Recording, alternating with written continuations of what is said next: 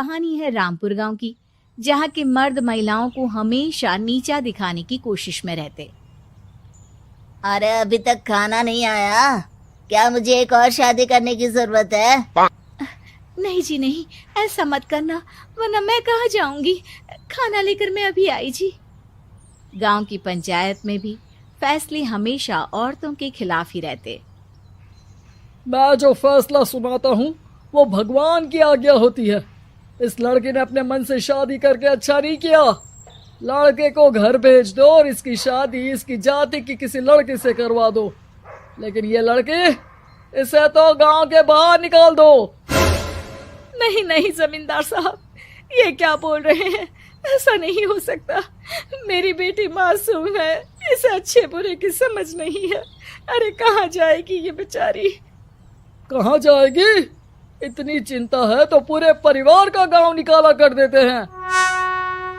बेचारे पूरे बसे बसाए परिवार को गांव छोड़ना पड़ता है। चाहे जो हो, अगर बेटियों को कंट्रोल नहीं कर सकते तो गांव में रहने का कोई मतलब नहीं है। यहाँ औरतों को दब कर रहना होगा। कोई भी अपने हिसाब से कुछ नहीं कर सकता, सब ईश्वर की मर्जी से ही होगा। तभी गांव का एक आदमी दौड़ा दौड़ा आता है। सरपंच साहब, जमींदार साहब, वो कालिया है ना, उसकी बेटी पढ़ने के लिए शहर जा रही है। अच्छा, ये कब हो गया? और कालिया की हिम्मत कैसे हो गई ऐसा करने की? लेकर आओ उसे और उसकी बेटी को।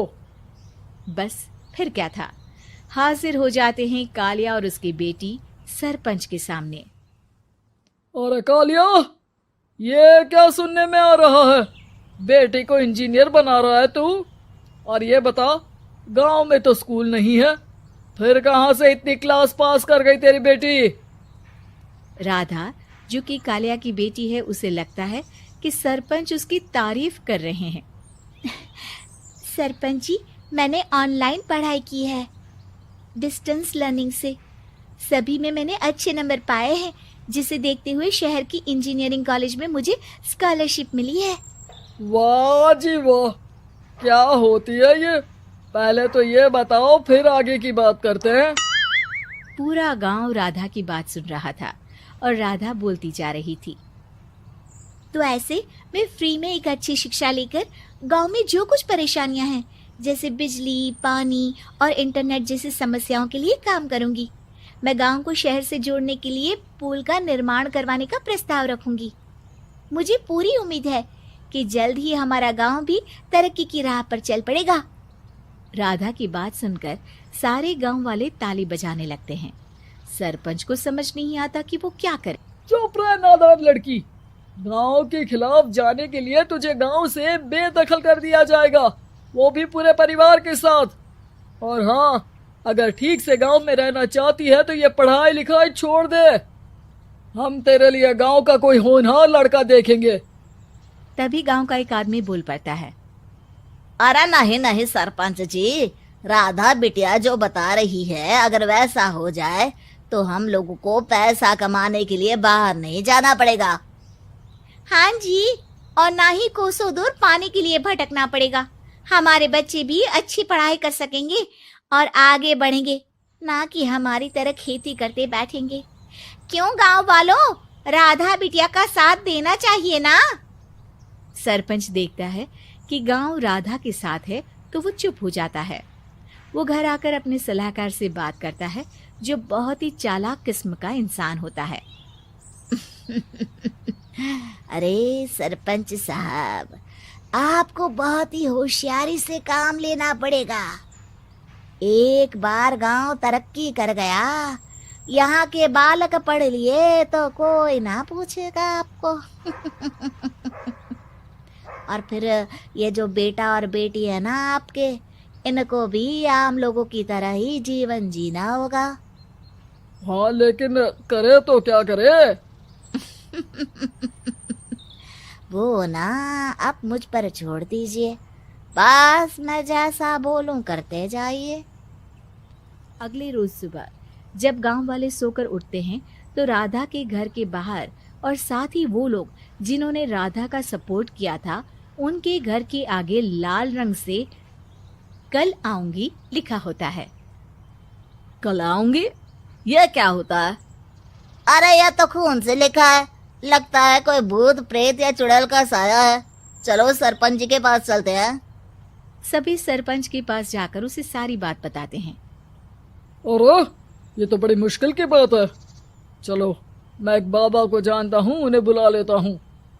सरपंच बाबा को लेकर गांव के घर के बाहर जाता है। ओहो, तो ये वो चुड़ैल है जो उन लोगों को निशाना बनाते हैं जो गांव को बदलने का सपना देखते हैं। वो गांव को ऐसे ही संपन्न देखना चाहती है। वो नहीं चाहती कि कोई बाहरी यहाँ का कायाकल्प करे। क्या तुम लोगों में से किसी ने गांव को बदलने की सोच रखी है? तभी राधा की माँ रोते रोते आती है। मेरी राधा घर से गायब हो गई है। अरे कोई तो बचाओ, मेरी बच्ची कहाँ गई?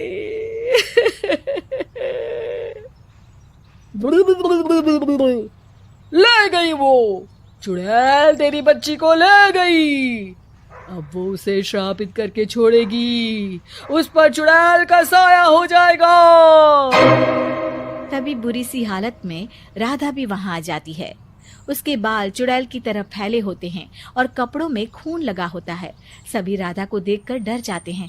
माँ, पता नहीं मुझे कौन उठा कर ले गया था। अरे दूर दूर हो जा चुड़ैल, अब हम लोग इस गांव में नहीं रुकेंगे। अरे कैसी बातें कर रहे हैं आप? कल तो आप मेरे भरोसे गांव का हुलिया बदलने, अपने बच्चों को पढ़ाने और तरक्की उन्नति की बात कर रहे थे, तो आज क्या हो गया आपको? ये फिर तुम लोगों को बहकाएगी। ये चुड़ैल गांव में आ चुकी है, ऐसे ही ये तुम्हारे घर के बच्चों को भी ले जाएगी। गांव वाले राधा को गांव से बाहर निकाल देते हैं। उसके माँ बाप रोते रहते हैं, लेकिन गांव वाले नहीं मानते। मैं भी अपनी बहन के साथ गांव के बाहर रहूंगा, लेकिन वो पढ़ाई नहीं छोड़ेगी। वहीं सरपंच के घर पर सलाहकार कहता है। देखा, सांप भी मर गया और लाठी भी नहीं टूटी। लेकिन अगले ही दिन सरपंच के घर के बाहर भी वही शब्द लिखे होते हैं। और फिर सरपंच की बीवी कहती है, हमारी बेटी को किसी ने अगवा कर लिया है। तभी राधा का भाई वहां आ जाता है। अरे गांव वालों, मैंने सरपंच जी की बेटी को देखा था। वो चुड़ैल उसे उठाकर ले जा रही थी। अरे क्या मजाक कर रहे हो? नहीं नहीं सरपंच जी, आप नहीं जानते। वो चुड़ैल अब आपकी बेटी में आ जाएगी, जैसे राधा के अंदर आ गई थी।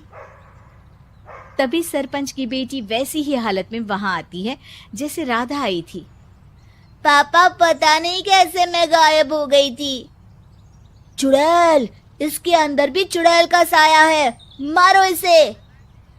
अरे नहीं नहीं, इसे भी राधा के पास गांव के बाहर ही भेज दो। अरे चुप रहो, मेरी बेटी कहीं नहीं जाएगी और चुड़ैल वुड़ैल कुछ नहीं होता है। अरे कैसे बात कर रहे हो सरपंच जी? आप तो बोल रहे थे कि आपका फैसला भगवान का ज्ञान होता है, तो अपने पर बात आई तो अब आप ऐसे बोल रहे हैं। अरे ना ना ना, आपको अपनी बेटी को त्यागना ही होगा। अरे बुलाओ बाबा को। राधा का भाई बाबा को ले आता है, जिसे अब गांव वालों के डर के कारण सच बोलना पड़ता है। मैं कोई बाबा नहीं हूँ, मैं तो मोची था। ये सलाहकार महोदय ने मुझे कहा था एक्टिंग करने को। अब वो मुझे पैसे देने वाले हैं। अब मुझे माफ कर दो। गलती हो गई, मुझे माफ कर दो। तभी वहां राधा आ जाती है। देखा सरपंच जी, जब गांव के बच्चे साक्षर होंगे तो आप जैसे